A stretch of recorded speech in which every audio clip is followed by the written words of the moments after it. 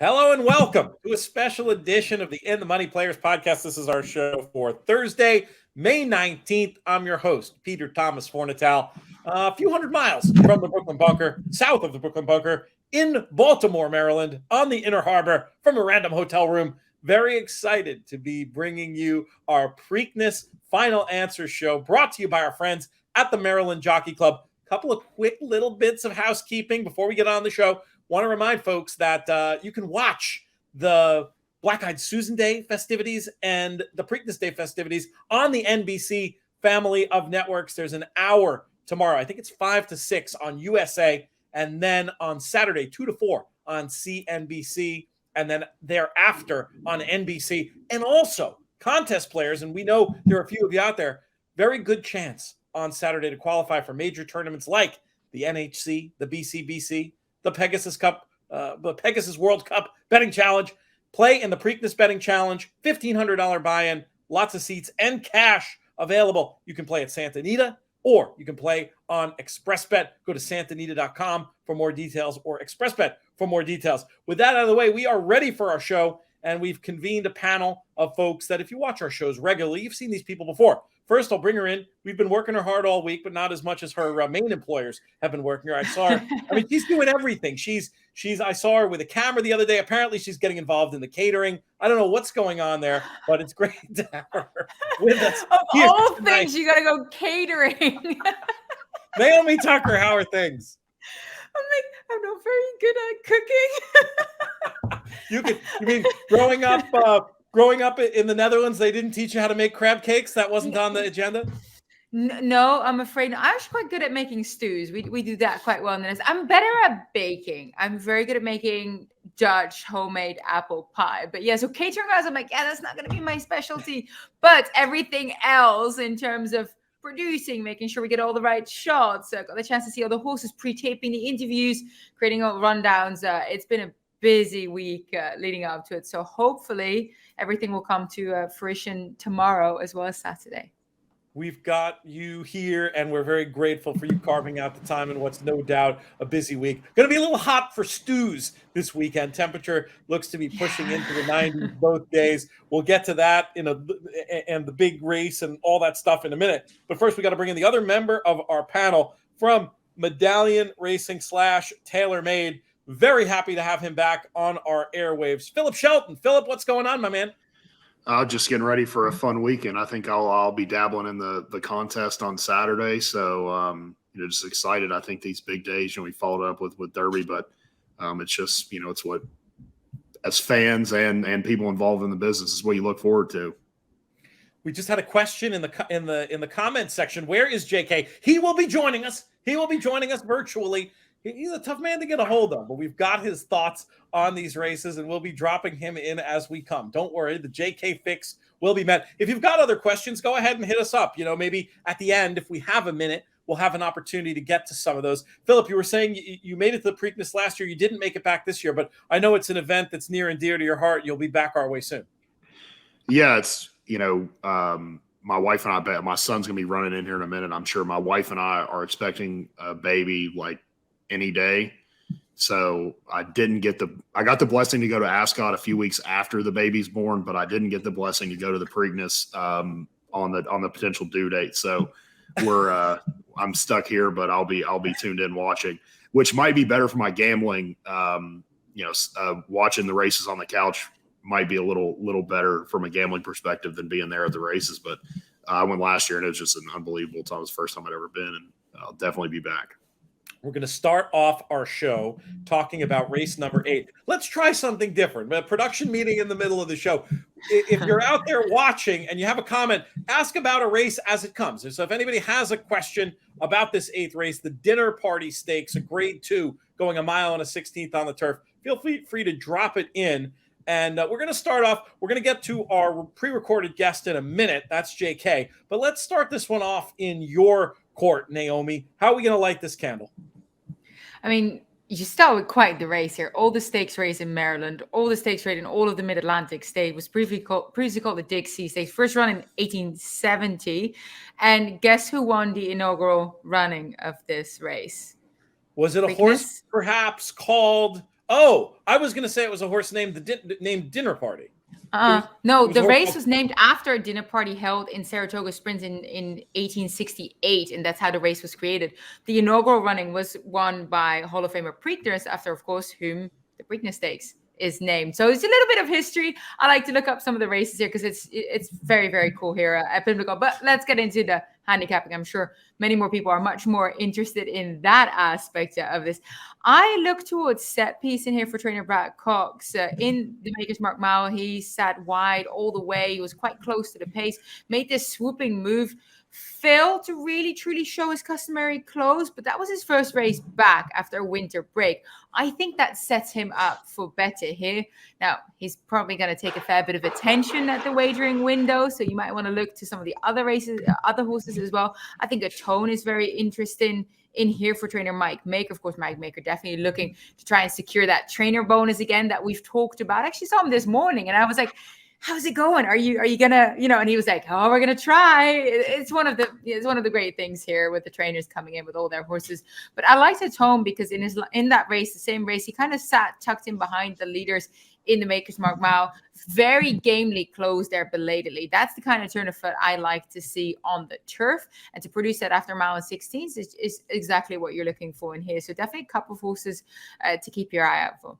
Looking to lock it up 3 and 6. Phillip, let's bring you in. Is it going to be the top 2 in the market in here, or do you have anything a little bit more clever down the market?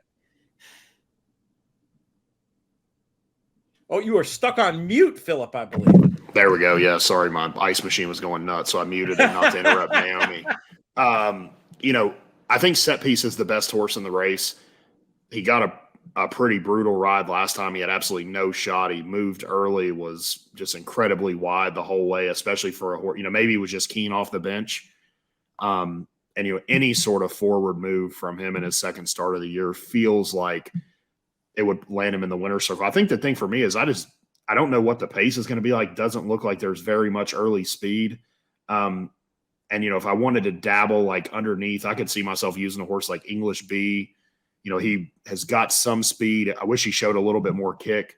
But if you look at those races, in the Tampa Bay race, Cheryl Spite obviously came back, won the Maker's Mark. Floriform was very impressive, winning an allowance. Mira's Mission came back and, almost won the Turf Classic on Derby Day.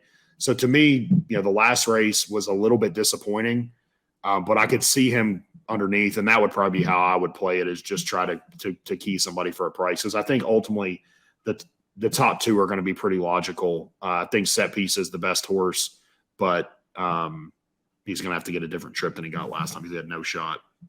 So I'm understanding, I didn't realize this, that our man JK had recorded a little intro video. I didn't realize he expected me to introduce him despite showing up only virtually. But AJ, let's go ahead, producer AJ, let's go ahead and roll that JK introductory video now.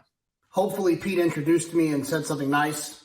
I know Naomi did, but that Pete fella, you got to keep an eye out on him. That is why I've submitted all of these videos to keep Pete in line.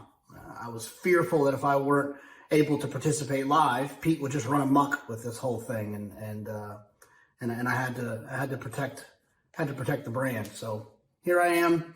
Hopefully Pete's wearing one of my shirts. Here's one of my shirts. Can't get it anymore, so I don't know why I'm showing it to you. It's going to be fun little pick six sequence. I have a strong opinion in the Preakness. I will be back throughout this live stream with some recorded videos that I put together for the races that are involved in the pick six. And like I said, Naomi will do her best, but I'm here to save you from Pete. I am wearing one of his shirts. If I'd known he was going to be so stroppy about it, I probably would have left it at home. He went with the BC theme one. I've got the Secretariat one because, of course, record time in the Preakness Secretariat. I thought it was in off the goalpost as a theme. I'm going to actually go first. Did mine get lost in the mail? I'm still waiting.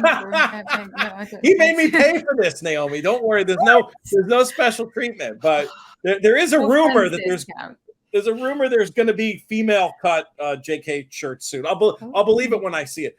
I'll just give my quick thought on this race, which is, I think Phillip hit on for me what a key point is, and that's the absence of pace. And with that in mind, I'm going to, and I may well regret this because he is the fastest horse with the best form in the race. I'm going to try to take on Set Piece in here. The Brad Cox numbers on turf, which are normally excellent, have not been so excellent in the calendar year 2022. Now, look, I'm not a huge stats guy. I usually leave it to figures and form to sort things out. But when a horse like Set Piece might have things a little bit against him from a flow perspective, and then you look at the Cox numbers on turf this year, just 14% win, 36% in the money, and a very low ROI by his lofty standards. Look, probably nothing to it, but it's just enough to make me want to get a little bit more stuck into a runner like a Tone, who I do believe has considerably better early speed. And then Phillip also mentioned the idea of getting English B in the mix. The thought there is if they do decide they want to sit with a Tone, English B with a very aggressive rider in Saez, I think there's a world in which maybe English B can try to lead them from gate to wire and be in an advantageous position and have enough kick to hang on this time around. That's my thought anyway. We'll see how it pans out in the dinner party. But now let's throw it back to JK for his thoughts on this one. The first leg of the Pick Six, race 8, the dinner party. This is one of those races where I feel like there's 3 horses that can win, and that's it. Yes, there's some talented horses like the one Tango that I think maybe wants to go a little bit further, but I'm going to focus more on the horses that want to and have succeeded going the mile and the 16. We'll start with the 3 Set Piece. Set Piece is a horse that, he came back, didn't run up to his standards, but I didn't think that he got a great setup last time. The pace wasn't particularly fast in the Maker's Mark mile. This horse was a little bit further back. Kind of had to make a move to try to get into contention. First off a break, I think we're going to see a much better performance from Set Piece. Set Piece can run well in the clear, but I like the idea of Florent Giroux, who knows him so well, being able to save ground and then be able to kind of produce that run, knowing you're on a talented horse. The 4, Beacon Hill, ran well at Keeneland, came from far out of it. Not the style that I love to lean on, because a lot of bad things can happen when you're coming from off the pace. But this horse is impressive. Got a fast speed figure that day, came 9 wide into the stretch, and at some point, geometry still has to count for something, especially on the turf. And then the 6, a Tone. This is a horse that was a little bit more tactical, was a little bit closer to that pace that wasn't particularly fast in the Maker's Mark mile. Another one that I think is extremely live in here from a pace standpoint, should be able to be tactical enough and stay close. Ultimately, my final pick will be the 4, Beacon Hill. I think there's going to be a little bit more value to be had on Beacon Hill. Seems like a little bit more of the up-and-comer rather than the other 2 that I mentioned. But in multi-race bets, I'd like to make sure I have all 3. JK looking to lock that first leg up 4, 3, and 6. Looking for, hopefully, and I think he's probably right, a little bit of a price with number 4. We are going to pivot to race number 9, which is the Grade 3 Chick Lang for these 3-year-old coats, going 6 furlongs on the dirt. Phillip, I'm going to throw the ball back to you to get your thoughts on this one. Yeah, I think this race is like the opposite of the previous race. It looks like everybody wants to go to the lead in here. I think ultimately I landed on the 9 as my top choice. I think the horse coming out of Old Homestead, the horse coming out of the race at Keeneland, I discounted that horse in that race. You had a couple of horses I just thought were a big step up, and he just handled them pretty easily. But I just think the way the race is set up, you could have Cogburn, I think, is going to have to be aggressive from the rail. The 2 horse has some speed. Dr. Jeff has speed. He's got an aggressive rider coming off the layoff. So in my mind, I thought Little Vic from the outside post, he's got plenty of speed. He doesn't have to be on the lead. Maybe he can get this trip where he sits second. And if you look at his sprint races, he wins on debut, wins the one other than they stretch him out. Neither one of those races work. They cut him back to 1 turn, and he errs. It's a little bit of a class question. I would say in the 1 1/8 allowance he runs at Gulfstream, Skippy Longstocking is going to be in the Preakness. That horse came back, ran 3rd in the Wood. Obviously, Classic Causeway was on fire. But I did like, my Prankster is a pretty useful Pletcher horse, and he only got beat a half length by that horse. So I think his 1-turn races are very solid. Now, Paco is very aggressive, but I'm just hoping he gets this trip maybe in 3rd or 4th. The speed goes to the inside. He can tuck over and save ground.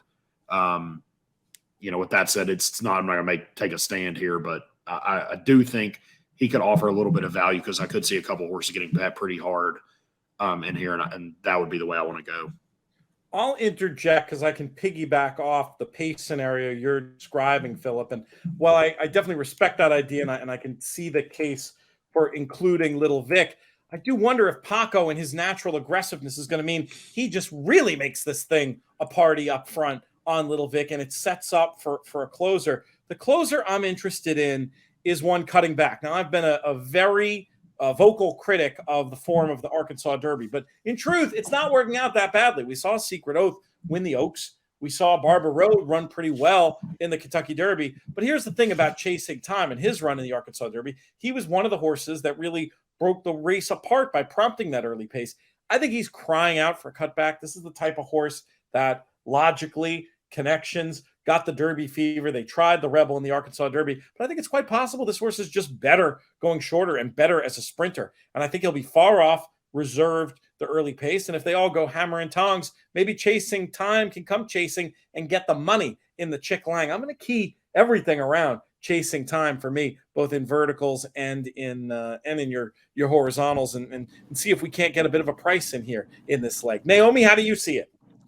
I'm just listening to you. And I'm like, I like it because I had a similar idea about the pace setup that you guys already alluded to. I just landed on a different horse. I landed on Wheeling Springs, if I say that correctly. Timeform US coded the first 3/4 of that Bachelor Stakes as blue, meaning soft, and hence he was able to accelerate like he did late. But if you look back at some of his other races, you see he's come from further behind as well. He can sit further back to a moderate or fast pace and then really keep on rolling. Comes in here with 3 back-to-back victories, gets Irad on board. I do believe that was my the early cut. So sometimes the jockeys do little jockey roulette tricks. So actually, let me double check that. He should still be on there. Yeah, Irad's still on there.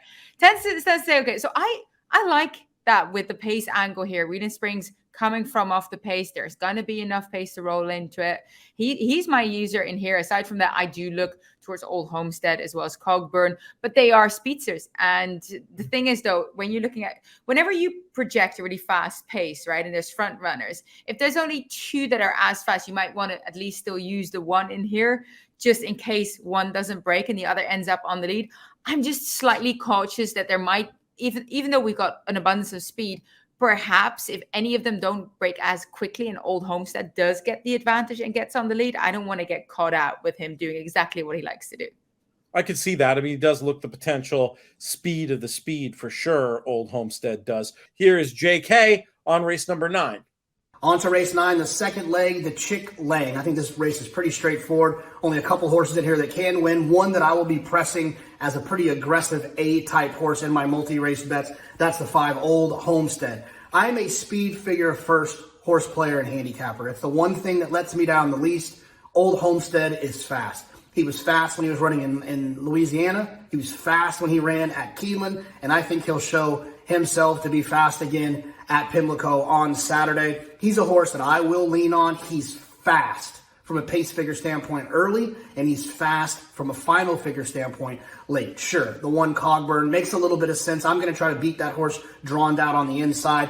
And the other horse I think that I'll probably use as a B, a lone B horse, is a 7, Wayland Springs, who just seems to be improving. Ran a fast figure last time at Oaklawn Park. I like the outside draw for this horse. I don't think he can beat the 5, Old Homestead, but I do think he's one of the main contenders. I'll use him as a lone B horse, but I'll be ice cold to the 5, Old Homestead. Ice cold on the A line, a little bit of B to mix in there for Jonathan. Let's pivot. Let's move on to the third race we're going to talk about on the show, the James W. Murphy Stakes. 3-year-olds, $100,000 in the pot, going 1 mile on the turf. Naomi, we'll throw it back to you. I actually landed on a horse in here that I'm hoping is going to provide a little bit of value. That is the number 3, Uncaptured Spirit, 12-1 morning line in here. Sole start today on the grass resulted in quite the show of force against older horses, Open Company at Laurel Park. He held off seasoned turf sprinters that day. I remember seeing him. I walked over to the turf from the main track. I think it was our first turf race back at the top of my head. Angel Suarez gave him a strong warm-up that day, and he caught my eye because he was just looking so good. So I'm going to continue with Uncaptured Spirit here. I thought that was a really jumped-up performance for a horse that hadn't ever gone fast on the turf before. Some horses get a bit sea leggy. He didn't. He was ultimate professional. I think there's more to come from him. I like your case. Any backups there, or you're going to keep it with your price horse? No, I do use Ready to Perform for trainer Brad Cox as well. That is the number 5. He's going to be a shorter price, 5-2. Making his 3-year-old debut, 197 days break. He was a winner of the Laurel Futurity Stakes, and they hence tried to go to the Breeders' Cup Juvenile Turf. That was the first thing they said after that race during the stakes interview. He couldn't get in. He ended up going to the Qatar Golden Mile at Del Mar. Was outpaced that day. It was just too tough for him. This seems like a much easier spot to get his career going again. So I definitely use him underneath. And then I also look outwards to Joe, because Joe was Federico Tessio Stakes winner. And he's actually lining up on the turf today. He's been on the turf before. They always wanted to get him back. He's by a turf siren, declaration of war, half sibling to Irony of Reality, who placed in graded stakes going long on the grass as an older mare. So I spoke with Michael Trombetta earlier today, and he said, look, we always wanted to try, because if he does well on the turf here, it just opens up so many doors for us. Yeah, I thought it was interesting that Joe showed up in this spot, because I think he wouldn't look too bad in the 3-year-old race we're going to talk about in a minute or two. I did leave. I'll piggyback because I have very similar thoughts, so I wasn't. I have a note on that. Why he's not in that other race 11. Guess what I asked Michael Trombetta? Oh, wouldn't he be better going to Sir Barton? And Mike looks at me and goes, have you read the conditions? He's not eligible. What? He's not eligible. Non-winners of an open sweepstakes. He can't go there. So I'm like, okay, you know what? It's been a long day. Clearly handicapping at 11 p.m. doesn't always work wonders. So I'm going to apologize to everyone for overlooking that one. But yeah, it was my thought too, what you said. It was my exact same thought. Yeah, that makes all the sense in the world. And then you throw in the turf breeding. That does make me like the horse a little bit more. I put the 5 on top, Ready to Perform. I cited the negative Cox turf stat before, but this is a horse who I think just makes all the sense in the world with that the figure improvement for age angle that we talk about a lot, and also adding Lasix. I thought Rich House was worthy of inclusion as a runner with speed, could get a nice stalk and pounce trip, has some solid numbers at Gulfstream. But the Belmont turf race isn't too bad either. 3rd race off the layoff. And then Joe was the 3rd one. So, yeah, I don't really have an opinion in this race. Not a place I'll be making a stand, but I will be looking to survive with the 5, 7, and 10. And based on Naomi's say-so, may try to throw the 3 in for a penny as well. Phillip, how do you have this one? Are you stuck on mute? Sorry, yeah. I would agree. I don't have an impression. Yeah, that's right. That's right. I'm not going to give you a hard time. I'll just say that. I don't have a really strong opinion in here. The Riot House, the 7 would be my top opinion. I just think, the race at Gulfstream, maybe the form is going to be a little bit better. It's got good tactical speed. The mare actually was a really good turf horse. I think Mott had her, but she's got good enough early speed.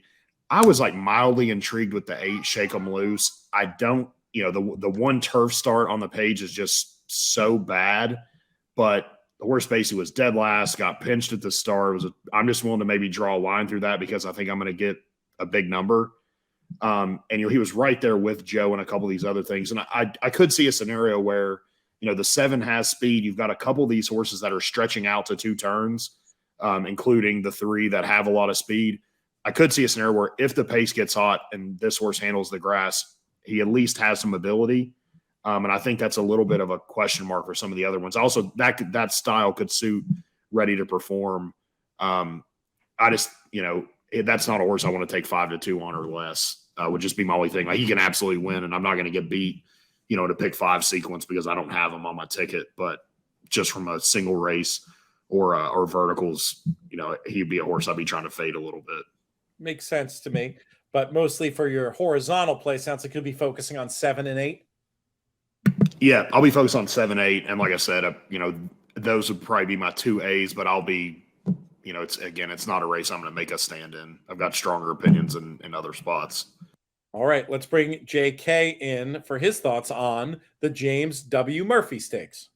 On to race 10, the James W. Murphy, the 3rd leg of this pick 6, and this is feeling like a pick 6 I'm going to try to have for like $10. Lots of horses I want to lean on in here. In this race, another one I want to lean on pretty heavily as an A-type. That's the 5, Ready to Perform for Brad Cox. The horse that ran well on debut, ran well at Laurel in the past, and then showed up and didn't run as well on the Breeders' Cup undercard, but the speed figures that this horse was running as a 2-year-old fit in this race with what horses have been doing as 3-year-olds. So you have to expect, when you're looking at a horse who made his last start at 2, making the next start at 3, especially this far into the year in May, you're going to get a 10 to 15 point bump just on maturity and figures. If this horse runs 10 to 15 points faster than they did when they were a 2-year-old, this horse is going to win by open lengths.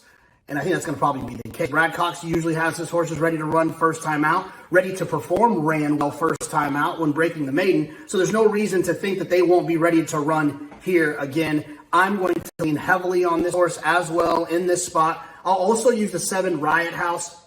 Really seems to be improving since switching to the Danny Yargan barn, and also has that tactical get to the front and see if maybe the horse like Ready to Perform happens to get into some trouble. So I like tactical horses, and like I said, the 7 Riot House seems to be improving. And I'll also take a look towards the outside to the 10 Joe. It's a horse that ran on the turf back in the day, hasn't been on the turf since, but has seemed to kind of pick it up, turn into a nice horse.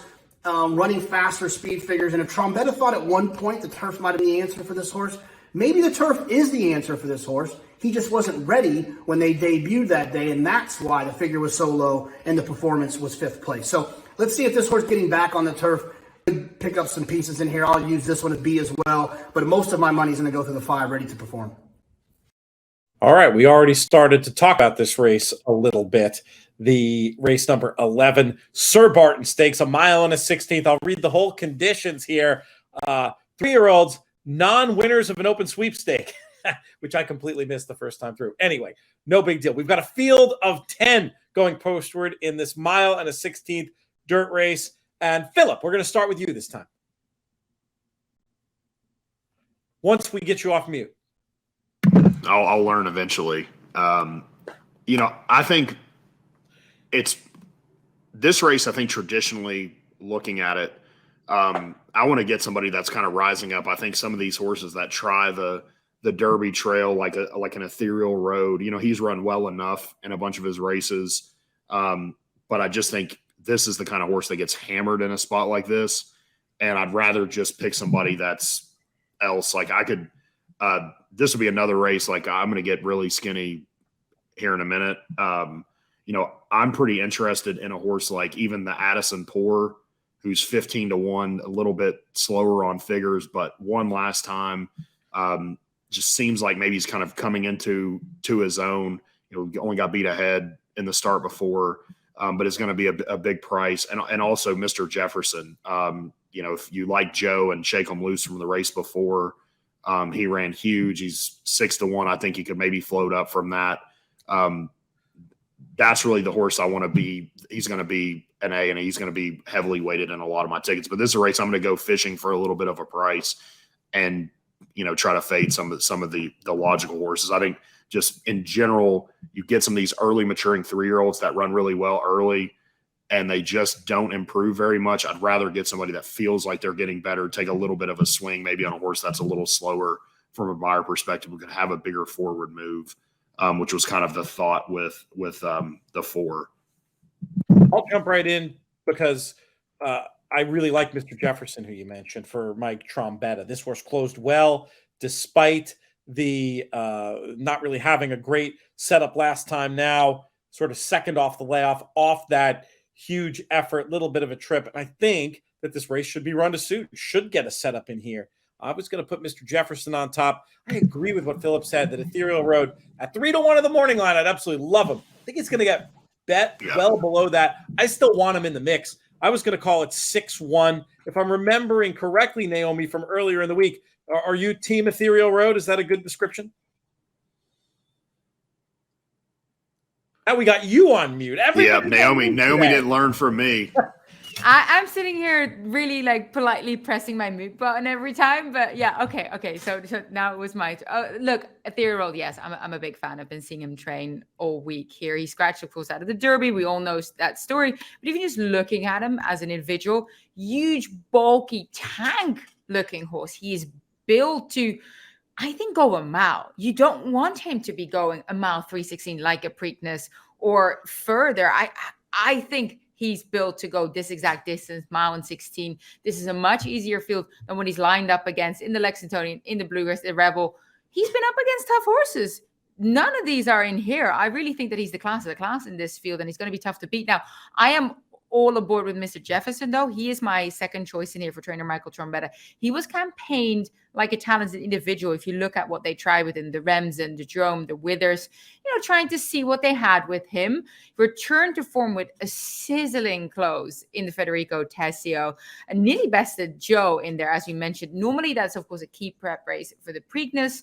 They opt to go here with Mr. Jefferson. That was a career best try. I expect him to really start rolling along here. You mentioned the Addison Poor. Not 100% Brittany Russell was as keen on running him in there. I think he's really interesting, but not sure. A little bit on the fence when it comes to the price, though. If you're on the fence and a horse is that price, I say find some way to get the horse on the ticket. Is that what you're thinking there, Phil? No, it was more that not sure he's lining up.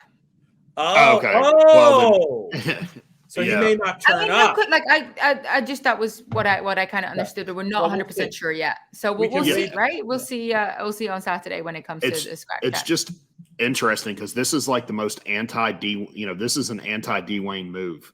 Normally, like, he's in every big spot. So I'm like, this is like a negative tipping of his hand to me. The fact, like, this horse didn't run in the Derby, which was surprising. And I don't know if he had any issue or anything. Wasn't there an issue? Yeah, he had like he had like something. But then, I would have just thought, well, they'll just come back in the Preakness because that's kind of what Dwayne does. It's like there's two routes, one of which is the conservative, one of which is like right down the middle, and then one that is like uber aggressive, way far to the right, and they take that path every single time. Well, he's got the filly in there. He doesn't need. Yeah, maybe he thinks he's already got the race won. Maybe he doesn't need ethereal. Yeah, that was my thought with Zandon too in the Derby that Chad wanted. Just said, hey, I'm going to try to win with Zandon, not early voting. It's just weird to me that, like, normally it feels like he's in the big spots, but yeah, that was my thought, was just trying to get somebody at a price that feels like they're on some sort of upward trajectory, which that horse felt like. But obviously, if he's going to maybe bounce out. Last time that happened, JK told me that Lady Rocket scratched, and I was prepared to say obligatory was my strongest play of the entire Derby card. And then he hit me with the scratch, and then I ended up betting her incredibly heavily, but I kind of wavered in the moment because it's like, I don't know if she's going to get the same pace because Lady Rocket scratched. Luckily, my gambling didn't change, but you said nice enough things. It's not like you help steer people in that direction. And it is hard when you learn about these potential scratches on the fly. We had a Mr. Jefferson question. Mr. Jefferson is the 6 horse in race number 11. If you have a race card, you should be able to see Mr. Jefferson right there in that spot. We have one more opinion we need to bring in here on the Sir Barton Stakes. It's from our man, Jonathan Kinchin. Let's throw to that right now. On to race 11, the Sir Barton, the 4th leg of this pick 6. And like I said, this is a pretty straightforward sequence for me. I don't have a lot of clever opinions. I have a lot of strong opinions about horses that are going to be short prices. And I'm going to try to hit this pick 6 for multiples. And then I will have that A and B structure in case some of those favorites let me down. I think I have the right B horses, the backup types that can pick up those pieces and keep my tickets alive. The 5 B Doc ran extremely well at Keeneland. I trust Doug O'Neill. I think he's a great trainer. He's a 2-time Kentucky Derby winning trainer. And the other thing I like about Doug O'Neill is when his horses are stretching out, I always feel comfortable. I heard when I'll Have Another and Nyquist were running in the Derby Trail and Triple Crown Trail, I always heard about how Doug O'Neill's horses gallop. And usually when you have a horse that will gallop all day, they don't have an issue adding distance. They've got that foundation, and they understand how to kind of shut it off a little bit. And that's why I think Doug O'Neill's horses do so well when stretching out. The 5 B Doc will be an A press for me. I'll also use the 8 Unikey. This is a horse that has some fast numbers, and when they have fast speed figures, like I mentioned earlier, I lean on those. I like the outside draw. You get Irad in this spot, and you get that outside draw, which I think helps outside of the main competition. And the only B horse I'll use is the 6, Mr. Jefferson. This horse was wide last time at Laurel. Sometimes that's what you want, but I do think this horse could take another step forward off of that performance. Seems to kind of be figuring it out for Michael Trombetta, and I think is the type of horse you'd want to use for a B type, an upset type. I don't think that he can compete with the top two, but it's horse racing, and sometimes the best horse doesn't always win. Ask the Kentucky Derby winner. I knew he was going to get that in there. Any chance to take a shot at Rich Strike and J.K. Will. We'll be talking more about that topic as we get closer to the Belmont, no doubt about it. The penultimate race on the card, the penultimate race we'll be talking about on the show is race number 12, the Jim McKay Turf Sprint Stakes. We're going a flat 5 on this turf for 3 and up with $100,000 in the pot. Naomi, who's your idea of the winner? I ended up landing on the number 2 Caratari for trainer Brian Lynch. He comes in here after a break, something that he's enjoyed very much in the past, jumped up with strong performances over the distance, gets the same jockey on board who won on him last time, meaning I think we're ready to fire. I think we're in business here. He has that low draw. I think he's going to move forward. I find 7 Cents also interesting. He arrived in the Cox Barn via the claim 2 starts ago, made his first outing for the stable a win. He's 3 from 5 in 2 seconds over the distance, making this really kind of his spot. And he comes in here super sharp for the leading champion trainer. So you kind of don't want to get caught out not using 7 Cents. I have some interest as well in Grateful Bread. Of course, a locally campaigned horse here for trainer Madison Myers. Unbeaten on the Pimlico turf and won half of his tries at this distance. He does have that kind of perfect package. Speed, but can also pass horses and has been kind of carefully and patiently managed by the stable, being a 6-year-old and only having run 12 times. All right, we had a question I'm going to answer about going back to race number 11. Who might not run? That was number 4, the Addison Poor. We will wait and see. Wait and see kind of, yeah. There was a just double check on that one. You know, don't come up with a plan A and a plan B and a plan C all the way down to Z. Yeah, that usually works well. I'll just chime in that I like Caratari the best. I love Saez as a great fit for this runner, as we saw the last day in Gulfstream. And I just think he looks like the potential speed of the speed. And as a horse, I'm very happy to get pretty stuck into in this spot. I will, for all the reasons Naomi cited, potentially use 7 Cents as a backup in this spot. But again, I'm a little, especially if the Cox Turf Runners, if he's showing that stat is just a bunch of noise, I will use the 3 as a more confident B in this spot. But yeah, 2-3 for me. Phillip, how do you see it? Yeah, I think I'm just playing the 2. Like, I think the fact this race is 5 furlongs as opposed to like 5.5, he's drawn on the inside. He's going to go straight to the lead. I'm not sure if anybody's fast enough to stay with him. And sometimes this race can come up like a pretty strong version. This feels like a weaker version of the race. You don't have a bunch of horses that are won a graded stake or a bunch of stakes winners except him. And he feels like he just kind of stands out from a class perspective. So I'm going to be, 90% of my money is going to be running through him. Makes sense to me, and that's pretty much how I see it as well. Let's see what JK has to say. I have a feeling, knowing his handicapping style as I do, I feel like he'll be team Caratari. You could add up his 6 horses, and they don't equal 10-1 so far. So let's throw it to JK and see what he has to say. On to race 12, the Jim McKay Turf Sprint. Sometimes I can have some strong opinions in turf sprints because I love speed. And I think speed is very dangerous in turf sprints. And I think that you can sometimes lean on the fastest horse early if that horse happens to be the fastest horse late. And more often than not, that happens to be the case. This one, not so much. There's a lot of horses that have fast numbers. I do think you can tie it up with a handful of horses. And based on the other opinions in the races with a lot of singles and a lot of single presses, I can get away with using a little bit more here. So we'll just kind of go in chronological order. I'm going to use the 2 Caratari. It's a horse that just has fast numbers for Brian Lynch. And you should get a nice trip to the inside, but you get Louis Saez, and this horse is tactful enough to pop away from there and reach for the lead if they decide that's what they want. The 4 7 Cents seems like a much better horse since switching to Brad Cox. Got a figure improve last time. I would expect that to continue to be the case for the 3 7 Cents. The 5 Mr. Hustle, another horse that seems to have improved since switching to Mike Maker. I'm looking for another step forward from this horse with the Mike Maker barn. Paradise Farms slowly becoming a sneaky powerhouse when it comes to these claiming horses. They really do a great job on picking horses, getting them to Mike Maker, and the team seems to have a lot of success. The 9 Hollis, this is a horse that's just in form. Now, that is dirt form, but they have tried this horse on the turf 5 times, only won once, but something about that makes me feel as if they still feel that maybe Hollis can perform well on the turf. I like the draw for him, and like I mentioned, Hollis is in great form from a speed figure standpoint, ran some really big races down at Oaklawn Park. So I'm going to try to get coverage in this race, nothing too clever. I'm going to spread in here because, like I said earlier, I have some pretty sharp opinions on other races later. All right, now it's time for the big one, and we're running a little longer than I thought. If you've got questions, get them in now. We'll try to get to them, but hopefully we can wrap this thing in about 15 minutes' time. I know JK has a lot to say about the Preakness, so we haven't let him go first all night. So let's kick off our discussion of this year's Preakness with a word from the man you know from Fox Sports and the podcasts and everything else that he does, Jonathan Kitchen. Here are his thoughts on the Preakness.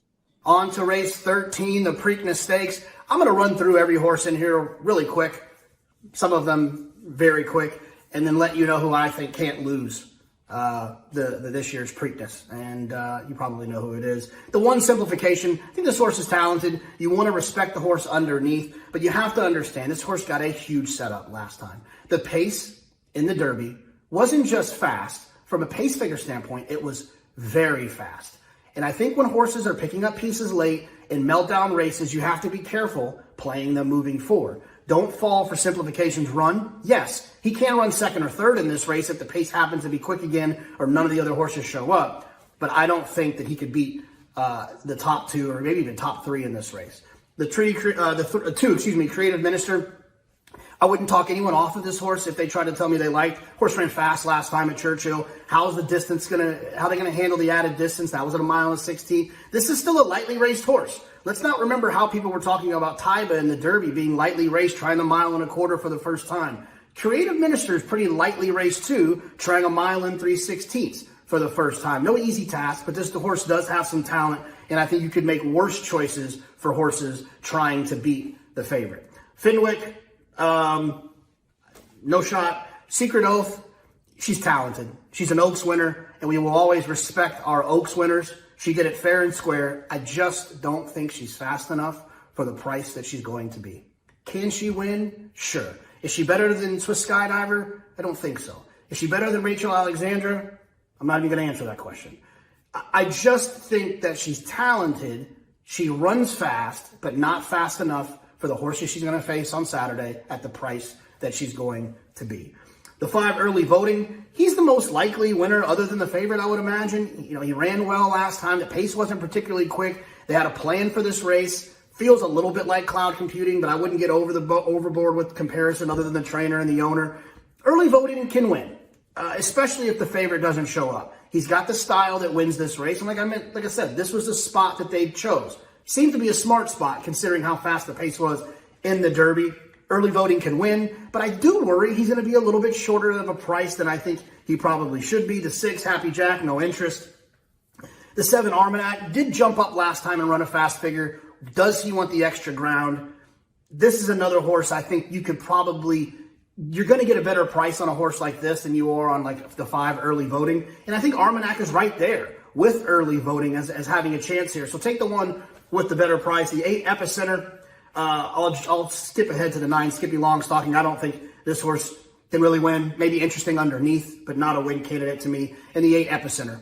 This horse was the first one that was the closest to the fast pace, moved into the fast pace, was having the best week leading up to it, had the worst draw considering the main contenders of the Kentucky Derby. Everything points to Epicenter for me. Most of the time when races are fast in the paces, are fast in the Derby, they go slow in the Preakness. Look at Oxbow. Look at Shackelford. When the paces are fast, they go opposite in most times in the Preakness. And I think Epicenter is going to get a nice, comfortable position moving forward. I don't think they're going to crawl. There's enough speed in here, but they're not going to go as fast as they did last time. And we're going to see a great performance from Epicenter. Sunday morning, we'll wake up saying, what if we might be looking at a Triple Crown bid in the Belmont, but Rich Strike had other plans. I love Epicenter in here. I'll be ice cold singled. No other horses, no backups.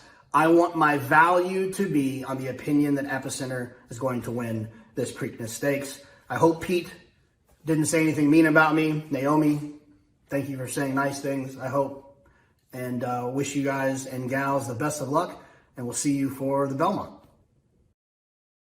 There you go, JK. There you have it. His monologue. I like that, though. He got into a lot of things that I agree with. So I'll just very quickly piggyback that I really, really like Epicenter in the spot. Very curious to see how they're going to bet. For picks, I like JK's approach of running most of it through him. This is a horse that I think in a big race like the Preakness with so many people playing, I think this is a horse that on a Thursday at Belmont would be 3 to 5. But because it's the Preakness, you might actually get even money. There might be value in the win hole on Epicenter. Just an idea I'm going to throw out there. And of the runners he mentioned, the other one I want to just underline a little bit, Skippy Longstocking, I think is a little bit of an interesting long shot to use with early voting and Epicenter. If it turns out that the form of the Wood Memorial really ends up being very strong, Skippy Longstocking is just kind of a weird horse in that when you see how many starts he has, you might be tempted to say he's exposed. We know how good he is. But when you watch just the last 2 runs, this looks like a horse to me who's figured things out, had kind of a rough go of things in the woods, steadying into the first turn, coming wide, and actually galloped out past the winner. So I think he's a little bit interesting at a big, big price. But I think JK is probably right. Mostly like 95% underneath. I'll probably have 1 ticket with him on top. Phillip, let's throw it to you. Who's going to win the Preakness? Yeah, so when I look at it, and this is just the way I handicap, I think about how is this race going to play out, right? In what scenario can I get a horse to maybe step up and run well? I just can't get around Epicenter. Like, I think he's got enough speed that if it's early voting loose on the lead, he's not going to have to do a Mo Donegal. He's not going to have to come from way off of it. I mean, he's going to be sitting, a length or 2 off. And if nobody wants to lead, he might be on the lead. I just think he's got all of the tactical advantages. He's drawn to the outside. The other opinion I would have in here is I'm pretty high on Creative Minister. The only thing I don't like is just the turnaround. Like, if this horse had won that allowance at Keeneland and ran a 92, I'd be just betting a massive Epicenter over Creative Minister exact, which I still might do anyways. That's the only question to me. Like, what I liked is his first start at Gulfstream, he was way out of it, and he was 2.5 to 1, and he was the favorite in a pretty good race with some Pletchers and some other stuff, which to me, for Kenny to get bet like that, they knew the horse had a lot of ability. He was, 8 to 5 at Keeneland, obliged, showed a little bit more tactical speed, stretching out to 2 turns, and then he was like miles the best in that race at Churchill. He got a great trip. He sat down on the inside, kind of moved his way up, but I don't think the stretch out's going to be any problem. To me, they're just asking a lot of him in a very short period of time. I think the talent is there. I think a forward move is very likely. And I think this is a graded stake horse all summer long. I mean, I wouldn't be shocked if he wins a big race at some point this year. So that would just be my opinion underneath. Like, I would be like JK, I'll probably end up single. And if I, get to a point where, I'm alive to a bunch of stuff, I hit a couple prices, I might spread in like a double or a pick 3, but everything is going to be to Epicenter. I could see a scenario where in the turf sprint, I play like some backup doubles into Epicenter with some longer price horses if I'm single to territory and pick 5s and stuff. But I think he's the most likely winner. Although I would say statistically, the second place horse in the Derby historically has a pretty bad record in the Preakness, even as the favorite. So that didn't make me feel great, but I try not to worry about trends that don't happen very frequently. And he just looks like the best horse. All right, JK, Epicenter. Me, Epicenter. Phillip, Epicenter. Naomi, can we make it a chorus? No. I'm trying. Look, he's my second. He's the horse to beat, and he's going to be a price in comparison. I know that JK already said, look, it's possible that there you go, I gave my hand away, can win. And I agree with him. I think she can. Secret Oath in here for trainer D. Wayne Lucas. Look, that run in the Kentucky Oaks, we know how strong that Kentucky Oaks was. Multiple unbeaten fillies, champion 2-year-old filly lineup. And Secret Oath made it look easy. I mean, genius ride by by Louis Size on the rails, out, moving along, no kind of stopping, just rolling. But she was so comfortable doing it. She was so much the best. That was a career best effort. I don't think that would have taken as much out of her as, let's say, a Kentucky Derby run would, with some, like Epicenter coming in here at the top of his game, having run so hard, really giving it his all. Secret Oath did it comfortably. And when I saw her on the track over the last couple of days, she compares to the Colts in here. She is just as strong, just as big, and I think just as talented. We were talking about how strong the female division is. I think she's going to show us really how strong it is. I'm hoping she will. I want her to be that 7th filly to win the Preakness, to join that illustrious list that, of course, includes the mighty Rachel Alexander, a Swiss skydiver who bested the Kentucky Derby victor, and Dwayne Lucas to become that trainer to join the record of trainers that have won 7 Preaknesses. And, of course, Secret Oath is a filly that also gave him a record-tying 5th Oaks win. So just so many stories. I want to see some girl power here in the Preakness. And I remember with Swiss Skydiver, everyone was saying, oh, no, she can't do this. It's too tough for no chance. Well, I'm not gonna sit on that again. So I'm siding with the lady in here. Epicenter, of course, strong second, and he isn't training like a horse that is regressing. What everyone might think. Is he stepping back from those triple-digit buyers? Is he starting to show the effects of perhaps his campaign? No, not really. He's looking sensational. That's all I can say. He schooled today in the paddock and looked cool, calm, and collected. Was schooling in a maiden claiming field of like 11 horses or more. There was a lot going on. I can tell you that. A lot of, horses just doing a lot. And he's there just chilling, looking at everything. There's just not a hair out of place on that horse. He's going to be very tough to beat. I'm trying to with Secret Oath because I want her to. But as a, wagering wise, you got to use Epicenter. You're not going to try and best him outright. I think Secret Oath could provide some value. So perhaps I'm going to do some kind of boxed exact in the hopes that she makes it happen. So that sounds like a bit of a soft opinion. I think she's good enough. But it's interesting. Epicenter is looking amazing. You make a compelling case from a form point of view, especially. It was a Derby that we didn't really know how strong of a Derby field it was. It was an Oaks field that was universally regarded as one of the best in many years. And like you said, she didn't just win, she won easily. I'd feel more sanguine about her chances if the final time had come up a little bit stronger. But hey, that's, we see horses, especially 3-year-olds, step up and outrun the paper. I mean, I think if Epicenter doesn't show, she makes sense. I just wonder, I don't know how they're going to bet. And I wonder, she seems like a candidate to maybe, because of the great storyline, be bet down below that 9-2 morning line. But as we saw with Skydiver, who I think was 7-2 at the morning line, everybody tried to be a wise guy and tried to beat her. She ends up going off 11-1. So you make a lot of good points. Now, Naomi, the last time you were on these airwaves, you'd only had a handful of runners come through. You have a lot more. You've clapped eyes on most of the runners in this field. Any other observations, positive or negative, about horses you've seen training this week at Pimlico? The positive one is clear. Epicenter, like I said, looks like a rock star. Really, just the physical embodiment of a perfect thoroughbred. That's how he looks like to me. Just love watching him, describe him to everyone, saying, that really eye-catching horse. Yeah, that's the favorite for the Preakness. So him, I kind of like early in voting. I think he's been looking strong. He's going out a little bit later in the mornings. Seems comfortable going over the track here. I guess you were mentioning, someone was mentioning it to me before. So only ran an aqueduct, so that's perhaps an issue. But I do think he's sticking to the track quite nicely. So I dare say those two, and like I said, the filly is just looking like a muscle. Look, I've had eyes on Fenwick. He's quite a nice looking individual, big blaze, kind of eye-catching horse. I do think that he's not really got the biggest of chance here. But it's a great story, though. Kevin McCathan broke in American Pharaoh, real quiet, as well as Silver Charm. So and this is his only runner in his name to date. Like, he pre-trains. And he's only had runners in Grade 1s, aka just this one horse in the Bluegrass and then in the Preakness. I think that's pretty cool. He's an interesting horse because they basically came out and said in the Bluegrass they wanted the lead, and he got kind of slammed into the first turn.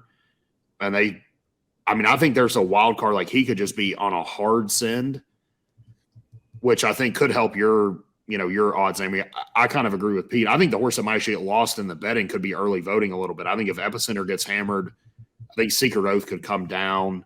And and even a horse like Underneath, we stand not this time at the farm. So obviously Epicenter and Simplification, it was like you take Rich Strikeout, we would have run first and third in the Derby for the sire, which is just, I would have won so much money. I would have told Pete I couldn't be on this podcast had that happened. But that's neither here nor there. I think like what I try to do is look for how can I create value, right? I think that's what we're all trying to do as horse players. And Naomi's saying, hey, I think that there's a way I'm just going to maybe they get a pay stool or whatever, the filly does it. I'm trying to do it with just hammering Epicenter over top of Creative Minister and maybe Simplification and just saying, hey, maybe Fenwick does go. There is a little bit of pace. Those horses can kind of improve. But I think that's really what makes these fun days or these big days so much fun is that, right, on a regular Thursday at Belmont, it's very hard to create value in a race like this. In the Preakness, there's tons of ways to create value, just like in the Derby. Hindsight's 2020, but we're betting all this money. We're up in the syndicate. JK's put together a pick six. We're alive to like Epicenter and 4 other horses. And I have to bet like 10 grand or we ended up betting 15 grand in the Derby and we're all over it. Like if Rich strikes nowhere, we hit everything. We've got a $1,500 exacta. We've got a $48 try. We've got a $7 super, all this stuff. When I looked and I was like, for 3 grand, I could have just keyed Zandon and Epicenter, who on the day ended up being my 2 strongest opinions, keying them with everything in a super for like $3,500 and I paid $350,000. And it's just a missed opportunity after the fact. I think that's what's important too, is like critically assess, like, where did you go wrong? Like really, when I looked at all the bets at Epicenter and Zandon were going to be the 2 horses that had to run well in order for our bets to cash. And they ran second and third and we didn't cash. And we had a way big enough budget to make the right plays. So I think that's the challenge. And that's what makes this game so much fun is that, you can sit back and really try to figure out what works for you. And it's the mental aspect that makes it, the horses are unbelievable. It's like this puzzle that you put together. And, Jonathan says he's like, hey, I, put 10 times more thought into the actual ticket structure than I do in handicapping the race. And I think the big days, that's how you have, that's why he's done as well as he has in all these major contests and everything else on the big days, because that's where you can get the most value. Phillip, I'm going to interject because we are out of time. Naomi, I know you have a very hard out, so we're going to let you actually go first. I'm going to ask Phillip one more question, and then we'll be slightly behind. But Naomi, thank you so much for your time and efforts, not just this week, not just on this show, but all over. Folks can check out more from you, Talk Racing to Me, the Maryland simulcast feed, and on Twitter, at Naomi Tukker. Good stuff, Naomi. We'll talk soon. Thanks for having me, guys. Yeah, good luck, everyone. Cheers. And Phillip, while I have you, I did just want to ask, you talked about standing not this time at TaylorMade. I did want to give you a chance to just talk for a second about the other part of your business, the Medallion partnership. Then we'll answer a question or two and we'll get the heck out of here. But I did want to get that Medallion question in here. What makes the Medallion partnership special? Yeah, I think, we've talked about it before, but what we really try to do is bring people to the highest level of the sport at a buy-in that, is not just some unbelievable number. It's when you buy in, you get a piece of every horse we have. So it's not a model where you're buying into one horse, if that horse gets hurt, then you're out. And really try to leverage that opportunity. Like, we own a piece of Bella Sophia who just won her yearly debut last weekend. She ran 100 buyers. She ran a 4 3/4 Ragozin. She's at this point the fastest filly in training in the sprint division. And so it's that kind of dream, right? To go to the Ballerina at Saratoga, to go, to the Breeders' Cup. Last year we had 4 Breeders' Cup starters. This year we're taking a big group next month to Royal Ascot. But to really leverage all of the TaylorMade connections and the brand to create a partnership that is just going to be an unbelievable experience for everybody that's involved and really at the highest level. That's the goal. So, we're looking forward to a fun summer with a bunch of the horses, and hopefully me and Pete can reconnect in our top hats and morning coats here next month. That's going to be a lot of fun. lots of comments.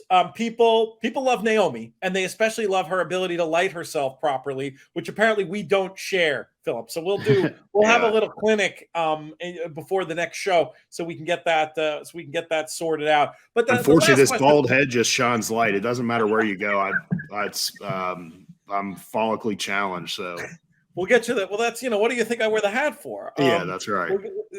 There is a question, though, that I want to answer because I think there's a bunch of fun ways to answer it regarding Epicenter and how you might get value on this horse. And I swear I'm not just saying this because it ties so well into one of the sponsor messages, but he's a really interesting horse for a situation like the Preakness contest, like you were just sort of alluding to these big days and the money. You play in the Preakness Challenge, and you have a horse that you can play stone cold at the end. Maybe you can bet all your money to win. Maybe you have to narrow it down to an exacta. Maybe you're a little farther back and have to have a try with him straight on top. But when you have the chance to win that prize money in a contest, you're getting whatever the price is, you're getting extra value. And it's one of the reasons we love contests and encourage people to check them out. So that's one idea. I think the win pool flat might be okay, just depending on what the storylines are, how the market develops. Again, I think this is a horse that should probably be, to my reckoning, 3 to 5-ish.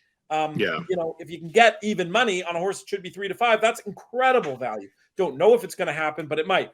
You could also put him on top in a try. You could single him stone cold in the horizontals. There's a few different ways. And on a day like this, where there is going to be a lot of money around, I think there's a real chance you can eke out some value on a horse like Epicenter, even though he will be the favorite in the Preakness. Do you have any other thoughts on how to get value on Epicenter? Yeah. And then we should get out of here. I think the best thing you can do now is just with the format, you can see what the doubles are going to pay. You can see what exactas are going to pay. So for me, we were in third or fourth in the Derby handicapping contest going into the Turf Classic. And I had a really strong opinion at Amo. So I didn't need to get that creative, right? We just bet like $4,000 on him to win. We had, I think 10 or 11 grand at the time. I didn't, even though he was 2 to 1, I'm thinking, all right, if I bet my $4,000 to win, he wins. All right, well, I'm going to be in a great spot. I'm going to be in first going into the Derby. Now I didn't even look at the results because he didn't win, and then we went all in, with Epicenter and some other type exactas to try to get up to the top. But yeah, I think that's the great thing now is you can look and see what the doubles are paying. If you're in the lead and you're like, all right, maybe just betting him to win is enough to get you through. If you're further out, then you're going to have to stretch and look at exactas. But I can look, and if you told me right now that I could turn an Epicenter over Creative Minister into like 16 to 1. Or 12 to 1, which seems very reasonable. I'd probably sign up for that all day. If talking about getting close to 20 to 1 on Epicenter with a horse that I think might end up being the second best horse in the race. Now, I have respect for early voting and for Secret Oath. I would just be against her just as a general play. Not to say she can't win. She certainly has a lot of talent, but to me, I think that's how I want to try to look at it is, especially in I'll be in the contest. So if we get to a point where, we're making, I could just be looking at, all right, I turned my 1,000 into 1,000 by the end, and I'm just betting $1,000 exacta, Epicenter over Creative Minister and just hoping I can get somewhere close to 20 to 1. But I think that's a great thing now with Will Pay. Probables, you can really look and try to figure out exactly where you see where the value is, at least in pools like the double and the exact where you see them. And then you can use a little bit of feel in a bet like the try. One interesting idea that Stephen Christ mentioned earlier in the week on the show, and we'll leave you with this, was the idea of putting a horse like Epicenter on top in the try, trying to mix in a Creative Minister or he didn't specifically mention these horses, but this is just a strategy. Use a Creative Minister or a Skippy Longstocking and try to beat, in his case, he said, try to beat early voting and Secret Oath. But maybe you just try to beat one of them. And honestly, with those long shots in there, I think you can fill out the places. And you're not talking about inexpensive tickets. You're talking about a try if you think early voting is going to be in the top 3 and you want to try to beat Secret Oath, you just key him in second and third with whoever else you like. And you're talking about a $5 try or a $10, depending on how you key it either way. And that gets giving you a ton of coverage. Yeah. And you could go have that a bunch of times. Yeah. That's what's the most fun about the whole game for me is that question and the challenge that it presents. Because when you're right, it's the best feeling in the world. And when you're wrong, hopefully it makes you better, but it also makes you stew, which can also, as a gambler, bad loss stories are fun too. No doubt. Even if you force yourself it's a through great them. place. We love the racetrack. I look forward to being there. We'll be together at Ask It. That'll be a ton of fun. Might have to get you on to do some handicapping for those shows. You going to do the form in and out for Ask It, or will you just? Yeah, I got to be ready. Our guys are going. We'll be firing. That's what I've told everybody. I'm like, we got to figure out. You need to get your ADW set up with so you can bet over there. Because some of our guys they like to throw it around, and I don't think they're going to want to. They'll do some through the betting shops, but I don't think they're going to want to have to exchange all their dollars into pounds and eat the conversion. We'll talk about that as we get closer, my friend. The big race on Saturday, the Preakness Stakes. Will Epicenter get the job done? We shall find out. Thank you, everybody. We had a very nice attendance in this web show. Appreciate everybody who tuned in. We'll thank Naomi. We'll thank JK. We'll thank Phillip one more time, our friends at Medallion Racing and TaylorMade, our founding partners, the Thoroughbred Retirement Foundation, the great work they do helping horses and humans through their Second Chances program. We got a few bottles of whiskey left. If you donate, you can get a bottle of it, trfinc.org/players. 10 Strike Racing, our other founding partner. I got to hang with Marshall Graham, one of the founding partners from there today. We went to the Orioles game, probably witnessed the high water mark of their season, coming back twice to beat the Yankees with a walk-off home run. Not good for the bet that I made but you still had to applaud. It was an exciting finish anyway over there at Oriole Park at Camden Yards. What else? We'll thank most of all of you, the listeners, the viewers on demand and live who make these shows so much fun to do. This show's been a production of In the Money Media. Thanks to producer AJ for getting the job done here tonight. Always great to work with him. Our business manager is Drew Coatney. Our chief creative officer is Jonathan Kinchin. I'm Peter Thomas Fornatale. May you win all your photos.